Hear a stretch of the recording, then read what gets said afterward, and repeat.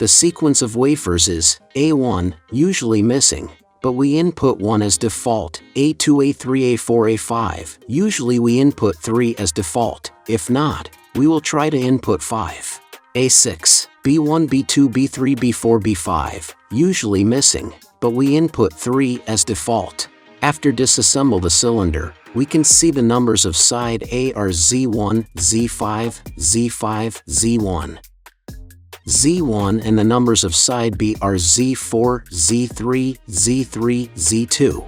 According to our above instruction, the byting numbers will be probably 115531 for side A and 43323 for side B.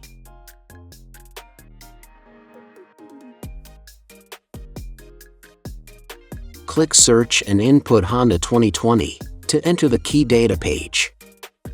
Click Input to input the byting numbers of side A. Then click OK. And click Switch. And click Input to input the byting numbers of side B. Then click OK.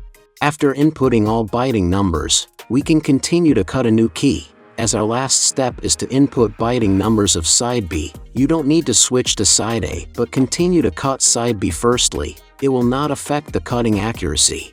What we show you is the side B of a new key blank, and put the side B of the new key blank on the side B of S2 jaw. You need to use stopper to guide how to fix the key.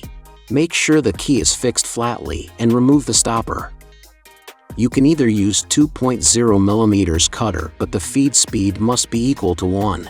Otherwise it will break the cutter. Or use 2.5mm cutter and never mind the feed speed, then click Cut to start cutting.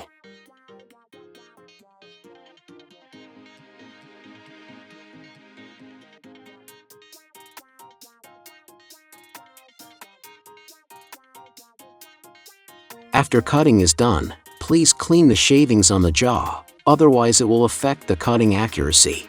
Click Switch to cut side A. Then fix the side A of the key blank on the side B of S2 jaw shown in the figure. You need to use stopper to guide how to fix the key. Make sure the key is fixed flatly and remove the stopper, then click Cut to start cutting.